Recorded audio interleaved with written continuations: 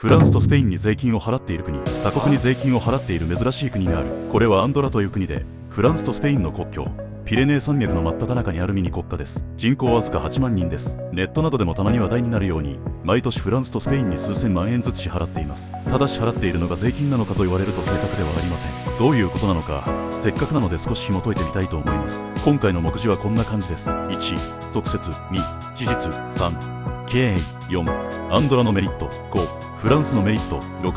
スペインのメリット。7、実は。それでは早速行ってみましょう。1、俗説。まずこちらをご覧ください。アンドラはフランスとスペインに税金を払っているのは本当ですか？アンドラは主権国家ですが、フランスとスペインに一部の税金を支払っています。具体的には、アンドラの法人税収入の約3分の1をフランスに、3分の1をスペインに納めています。これは両国がアンドラの防衛や外交を担っている見返りとされています。一方で、アンドラ国民個人に対する所得税などはアンドラ政府が徴収しており、フランス、スペインには支払われていません。アンドラ国民が両国から直接的な恩恵を受けているわけではありません。ネットの Q&A ですが、かなり間違っています。分解してみましょう。正しい部分、アンドラは主権国家、フランスとスペインにを支払っています。両国がアンドラの防衛や外交を担っている見返り、アンドラ国民個人に対する所得税などはアンドラ政府が徴収。誤っている部分、アンドラの法人税収入の約3分の1をフランスに、3分の1をスペインに納めています。アンドラ国民が両国から直接的な恩恵を受けているわけではありません。防衛を担っているのに恩恵がないというのはすでに矛盾しています。ただ、このような俗説が広まっていることも事実で、そのまま誤解している人も多いようです。では、事実はどうなっているのでしょうか。2、事実。税金ではなく、歳費手当が支払われています。金額もずっと少額です。詳細は以下の通りです。名目、共同公営の歳費分配金、現地語カタルーニャ語の予算書などでは、割当手当といった言葉が使われます。意味、国家元首としての職務を遂行するために、議会が予算から承認して支払う公務活動費です。金額、2026年時点のアンドラが、国家元首である2人の共同公フランス大統領とスペインのウルヘル司教に対して支払っている金額は、合計で約70万90万ユーロ、日本円で約1億1000万1億4000万円程度です。1人当たりの金額は約35万45万ユーロ、約5500万7000万円になります。お金の中身、この数千万円は個人の給料というより、元首としての活動拠点事務局を維持するための経費としての性質が強いです。具体的には以下のような用途に使われます。個人代表者代理人の給与、共同公は多忙なため、アンドラ国内に自分の代わりを務めるスタッフを置いています。事務局の運営費、アンドラの法律に署名したり、儀式を行ったりするための事務所の維持費、外交儀礼費をアンドラを代表して行う公務の経費、フランスとスペインでの扱いの違い、同じ金額が割り当てられますが、受け取り方は対照的です。フランス側マクロン大統領、フランス大統領は伝統的にこの予算を辞退するか、あるいは受け取っても事務的な経費の実費生産のみ認めることが多いです。フランス国内で大統領としての給与を得ているため、他国の予算を個人の所得にしないという建前のようです。スペイン側ウルヘル司教、この予算を受け取り、アンドラ国内での宗教行事、慈善活動、あるいは教区の運営費として活用しています。司教にとってはこの予算が重要な活動資金の一部になっています。規模、この約 1.4 億円という総額は、アンドラの国家予算全体2026年度は約7、5億ユーロ約1200億円から見ると 0.1% 程度になります。3、経営。昔はハムや鶏で支払っていました。1993年の独立憲法制定まで現金、ハムや鶏という形が正式な儀礼として残っていました。これもスペインとフランスで少し違います。1、スペイン側ウルヘル司教への支払い。スペイン側への貢ぎ物は、中世の伝統を重んじて1993年まで現金と食料のセットが公式な形でした。内容、460ペセタ数100円、ハム6本、チーズ6個、オンドリ6は、巨勢鶏6は、実態、1990年代直前でも、形式的にはこの現物を届ける儀式が続いていました。ただし、実際に生きた鶏を運ぶのは大変なので、末期には相当する現金に置き換わることもありましたが、名目上は1993年までこのセットが維持されていました。2、フランス側大統領への支払い。フランス側は、スペイン側よりもずっと早くに現物をやめていました。内容、現金960フランのみ。理由、フランスは革命を経て王から大統領へと国家体制が変わったため、封建的な鶏やハムといった現物支給を嫌い、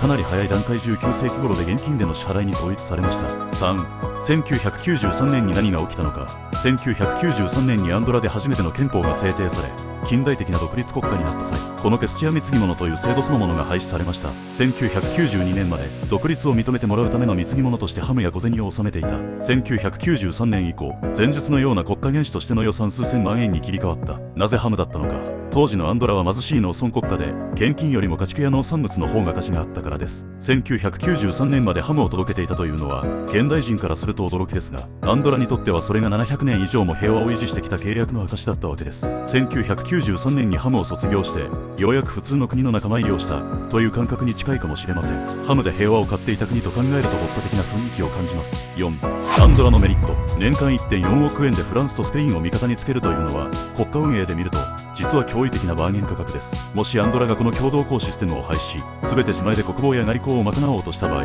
少なくとも現在の数十倍から数百倍のコストがかかると予想されます。具体的な項目と概算を見てみましょう。1、防衛費軍隊の維持。現在アンドラは軍隊を持たず、防衛をフランスとスペインに丸投げしています。自前でやるなら最低限の自衛力を備えるために、周辺の EU 諸国の平均対 GDP 比約 1.3% を当てはめると、アンドラの GDP 約33億ドルから計算して、年間で約4000万ドル約60億円は必要になります。内訳、兵士の給与、武器の購入、山岳地帯を監視するヘリコプターやドローンの維持費など、比較、共同公営の予算 1.4 億円に対し、約40倍以上のコスト増です。2、外交非大使館と外交官。現在のアンドラは、主要な外交 EU との交渉などにおいてフランスやスペインのルートをフル活用しています。自前でやるなら、世界各国に大使館を置き、プロの外交官を育成派遣する必要があります。大使館1カ所の維持費、年間数億円家賃、スタッフ、通信、交際費、外交ネットワーク、主要10カ国に置くだけで、年間20億30億円は軽く飛びます。比較、現在はフランス大統領が原資として動いてくれるため、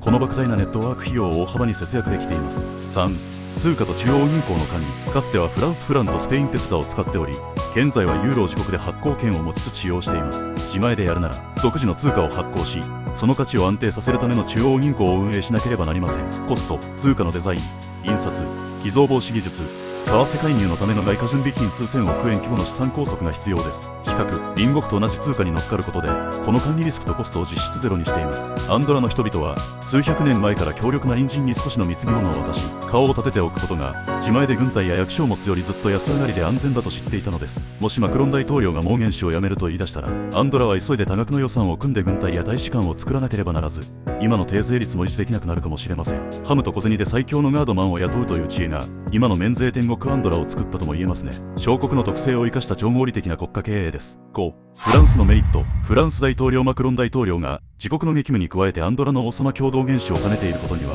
単なる名誉職以上の戦略的実務的なメリットがあります。フランス側の視点から見た主なメリットは3つあります。1、南の国境の安定と安全保障。フランスにとってスペインとの国境にあるピレネー山脈の要衝、自国の影響下原資としての地に置いておくことは安全保障上の大きな利点です。緩衝地帯としての管理、アンドラを実質的な共同統治下に置くことで、スペインとの国境地帯に空白地帯を作らず、安定を維持できます。治安維持の主導権、アンドラの警察や司法の訓練にはフランスの国家警察が深く関わっています。これにより、国境を越えた犯罪や密輸の防止にフランスの意向を強く反映させることができます。2、外交的な一票と影響力の保持。アンドラは小さな国ですが、国連 UN などの国際機関では独立した一票を持っています。フランスの意向を反映、アンドラの元首がフランス大統領であるため、国際舞台においてアンドラは伝統的にフランスに近い立場を取ることが多いです。フランスにとっては、国際会議で自国の主張を支持してくれる最も確実な味方を一人確保している状態と言えます。欧州での調整役、EU 非加盟ながらユーロを使うアンドラに対し、フランスが窓口となって EU との交渉を助けることで、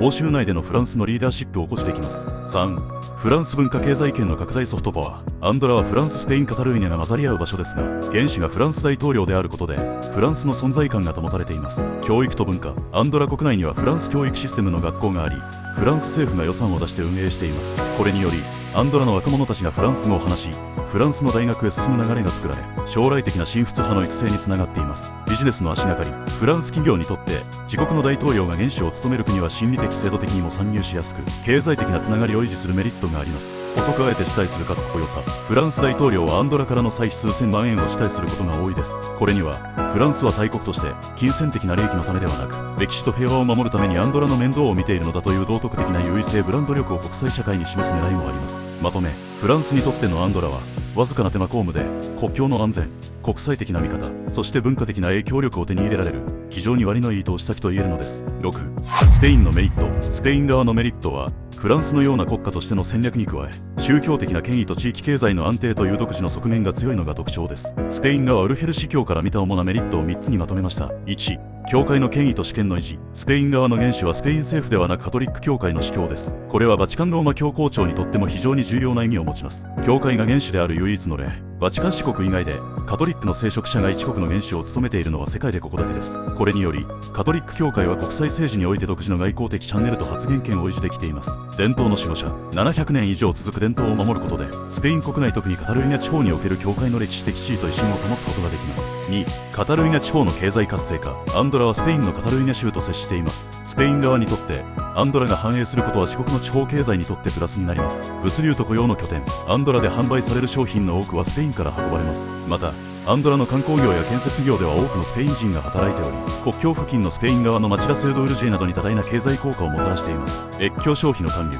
スペイン人はアンドラに買い物に行きますが、逆にアンドラの人々も高度な医療や大学教育、大型インフラを求めてスペイン側を利用します。この相互依存関係が地域の安定を生んでいます。3、歴史的な領土的野心の平和的解決。歴史的にピレネー山脈の領有権をめぐってフランスと争ってきたスペインにとってアンドラを共同統治という形にしておくことは争いを避けるための最良の解決策でした。フランスとのパワーバランス。もしアンドラをフランスに完全に取られてしまうとスペインにとっては喉元に歯を突きつけられるようなものです。司教が元首の一人で居続けることでスペインの影響力を12半分確保し続け、フランスの独走を抑止できています。補足司教にとっての給料歳費。フランス大統領とは異なりスペインの司教側はアンドラからの歳費数千万円をしっかり受け取ります。これは司教個人の贅沢のためではなく、アンドラ国内の教会の維持費や慈善事業に充てられます。アンドラはカトリックが国境に近い扱いであるため、司教が元首として資金を持ち、教育や福祉に関与することは、スペイン側のソフトパワー宗教的影響力を維持する直接的な手段となっています。つまり、スペイン側のメリットは、教会という形を借りて、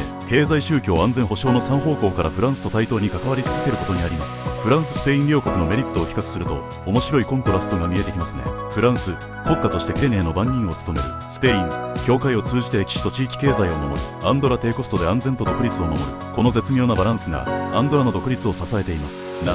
実は、こうして豊かになったアンドラは、1人当たりの GDP で約73,120ドルに上ります。これは世界でトップ20に入る数字で、フランスやスペインを超えています。しかし、良いことばかりではありません。もちろん負けの側面もあります。かつてはハムを送って平和を買っていたこの国は、今やグローバル経済の歪みという目に見えない敵と戦っています。1、住宅バブル。外国人の不動産購入禁止とその結果、富裕層の流入により、地元の人が住めなくなる住宅危機が深刻化したため、アンドラ政府は非常に大胆な措置を講じました。衝撃の対策。2023年2024年、政府は非居住者外国人による不動産の新規購入を一時的に完全に停止しました。これは民主主義国家としては極めて異例の鎖国に近い措置です。最新の規制。2025年、購入禁止措置は一部解除されましたが、現在は自動的居住投資家向け居住のハードルが大幅に上がっています。投資額の跳ね上がり。以前は40万ユーロ約6400万円の投資で居住権が得られましたが、現在は最低60万ユーロ約9600万円に引き上げられました。預託金の増額。アンドラ金融庁への預託金も5万ユーロ約800万円へと増額されました。